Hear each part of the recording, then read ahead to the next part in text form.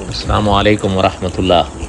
یہ ممکن ہے آپ حضرات نے بھی دیکھی ہو ویڈیو۔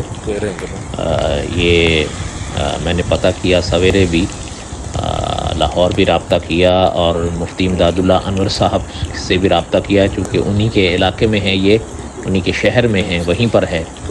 تو یہ اصل میں سید عطا اللہ شاہ بخاری رحمۃ اللہ علیہ کے جو بیٹے تھے نا، اپنا سید ابو ذر بخاری رحمۃ اللہ علیہ، ماشاءاللہ اپنے مقام پر عالم بھی بہت بڑے تھے اور مجاہد بھی بہت بڑے تھے اور عبادت گزار بھی بہت بڑے تھے۔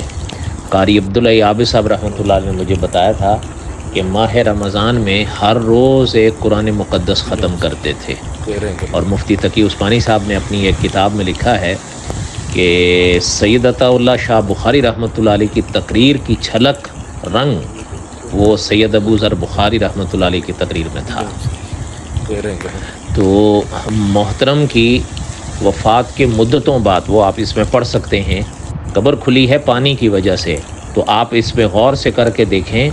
میں نے مفتی امداد اللہ انور صاحب سے بھی رابطہ کیا ہے، یہ آپ غور سے دیکھیں تو پتہ چل رہا ہے کہ کفن سلامت ہے اور کفن کے اندر وجود بھی آپ محسوس کر سکتے ہیں۔ تو یعنی مدتوں بعد آج بھی قبر کے اندر حضرت رحمۃ اللہ علیہ کا وجود سلامت ہے۔ تو مفتی امداد اللہ انور صاحب فرما رہے تھے کہ اللہ ذوالجلال والاکرام کی خاطر، اللہ ذوالجلال والاکرام کے واسطے جب آپ کوئی کام کریں گے تو اللہ ذوالجلال والاکرام سلوں سے تو نوازتے ہیں۔ تو بہرحال اور بھی اس پر بڑی باتیں کہی جا سکتی ہیں، لیکن یہ مختصر سا میں نے عرض کیا، میرے علم میں نہیں ہے، آپ حضرات کے علم میں ہے یا نہیں۔ اللہ کی شان ہے۔